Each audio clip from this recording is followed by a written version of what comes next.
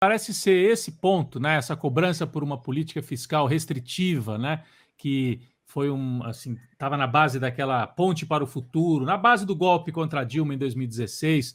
Tudo isso ainda é o discurso dominante dos setores financeiros, dos setores dominantes empresariais, o que faz com que muita gente ainda no setor empresarial, apesar da tragédia vivida na economia no período Bolsonaro, tenha dificuldade em dizer, bom, com o Lula dá para conversar, não. A gente tem visto nos últimos dias vários sinais de que setores empresariais continuam com um veto ao Lula. Um veto ao Lula. Eu não sei se é preconceito de classe, eu queria ouvir isso de você.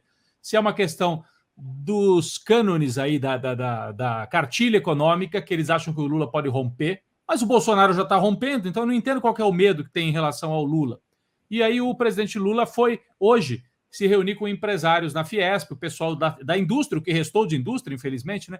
E também da área de serviços, da área do comércio, tinha vários pesos pesados aí dos setores. O que mais? Banco, né? Também, banqueiro, né? É o Trabuco, né? Do Bradesco. O Trabuco do Bradesco. Então tinha bastante gente. Então como é que você avalia? Por que tem esse veto ainda em setores aí do empresariado, da burguesia nacional, ao ex-presidente Lula, que é favorito nas pesquisas? Eu diria que é basicamente duas coisas. O Bolsonaro ele pode romper temporariamente o teto de gastos, mas ele tem compromisso com uma agenda fiscalista e privatizante do Estado brasileiro. Essa agenda privatizante, que ela se dá ou por transferência direta de patrimônio, né? Você vende a Eletrobras, vende a Petrobras, vende os Correios, ou pela asfixia do financiamento dos serviços públicos, é fundamental num período, inclusive, de crise do capital, que vem de 2008 para cá, em que essa crise do capitalismo, em grande medida, é explicada por uma coisa que até o Marx falava, já identificando a natureza das crises cíclicas do capitalismo, que chama sobreacumulação de capital. Isso significa que no mundo tem muito capital sobrando. E esse capital está sobrando e está parado. Só que capital parado é capital que não está se valorizando. E a vocação, a natureza do capital é se valorizar. Então, o capital precisa encontrar espaços para ele poder ser aplicado, para poder se valorizar. Acontece que de 2008 para cá tem muito capital e tem muitos setores que ou já estão completamente oligopolizados ou muito intensivos em tecnologia, em que há uma tendência de redução da taxa de lucro. Trocando em miúdos, capital precisa de lugar, especialmente de lugar novo, que ainda não passou por um processo de concorrência intercapitalista exacerbado para poder ter taxa de lucro extraordinária. Quais são esses setores? No Brasil, é especialmente aqueles setores que ainda não são completamente mercantilizados. Saúde, educação, seguridade, previdência. Então, o governo Bolsonaro entrega para os setores produtivos e também para os setores financeiros a possibilidade de colocar esse capital sobrando deles e ter uma taxa de lucro extraordinária naquelas coisas que eles ainda não gestam. Quanto menos recurso tem na saúde, e tem menos recurso para a saúde, quanto mais existem regras fiscais perversas e quanto mais se mantém o teto de gasto, mais vai ter gente necessitando de saúde que não vai conseguir atendimento no serviço público. Quanto mais gente precisando de atendimento sem encontrar correspondência no sistema público, mais vai surgindo ou plano de saúde privado, ou até coisa para pobre poder usar saúde, né? Hoje, a saúde privada não é mais aquela saúde privada que a gente conhecia dos planos de saúde Unimed, Sul América. Hoje tem uma coisa chamada Doutor Consulta. Não sei se em outros estados tem isso, mas aqui em São Paulo você vai no metrô e você compra uma consulta ali, custa, sei lá, uns R$90. A classe trabalhadora pode comprar. Isso é uma fonte de acumulação extraordinária para o setor produtivo e empresarial. Quem entrega isso é o governo Bolsonaro. Porque quanto mais o governo Bolsonaro restringe recursos para a saúde, mais ele sucateia a saúde, mais ele abre precedente para a existência de saúde privada.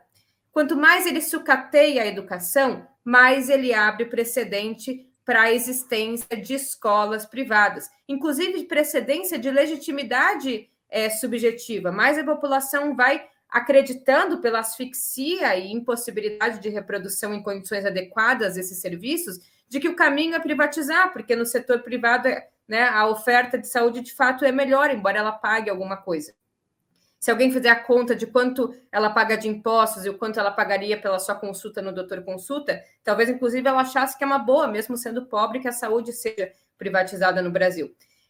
Agora, o Bolsonaro também entrega a possibilidade de existir um sistema de capitalização da Previdência Social. Hoje, o INSS não cobra nenhum real da gente para administrar durante a nossa vida laboral inteira as nossas contas na Previdência. Se a Previdência for privada, cada uma das nossas contas vai ter uma coisa chamada taxa de administração. Imagina o que é o sistema financeiro gerindo cada uma das contas individuais da gente. Mas o segundo elemento, então, o setor privado e o setor empresarial ganham com o teto de gastos, ganham com a asfixia do financiamento, porque eles podem gerir isso que hoje ainda é, de certa forma, monopólio do Estado. Mas o segundo é que baixa o crescimento econômico. Reforma trabalhista e desemprego reduzem o custo da força de trabalho.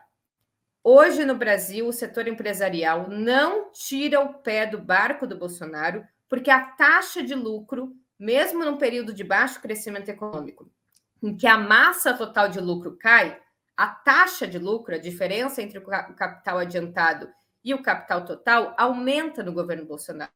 E qual é o principal determinante da taxa de lucro? Né, levando em consideração que a indústria, os setores produtivos no Brasil são muito pouco intensivos em tecnologia, é o trabalho. Mão de obra mal paga. Se o custo do trabalho cai, a taxa de lucro aumenta. Quem entrega custo do trabalho barato no Brasil? Bolsonaro. Por quê? Porque tem desemprego. E quanto mais gente desempregada, mais os salários caem. E quanto mais gente desempregada e mais criminalização dos movimentos sociais, menos o movimento sindical tem capacidade de soerguer. Menos movimento sindical, menos capacidade de poder de barganha dos trabalhadores e aumento da taxa de exploração. Então, é por isso, mesmo que o setor empresarial pudesse ganhar mais no volume de vendas, mais gente consumindo, mais gente comprando os produtos deles, eles preferem ganhar na taxa de exploração. É isso que explica. Por isso que eu falo que essa disputa é luta de classes. Embora tenha uma parte da esquerda que acha que não, a luta de classes passa por dimensões concretas. Essa é a luta do capital contra o trabalho, porque os setores dominantes que empregam força de trabalho, todos estão no barco do Bolsonaro, porque ele entrega coisa fundamental para o capitalista, que é mão de obra barata, fragmentada e desmotivada, porque não tem mais os seus instrumentos corporativos fundamentais, porque a maior restrição à organização sindical é o medo do desemprego, e isso tem no governo Bolsonaro, isso não tinha no governo Lula e Dilma. E o Lula quer voltar e trazer direitos de volta, quer revogar a reforma, né? Então vai complicar a vida dos empresários, vai ser difícil. Perigosíssimo.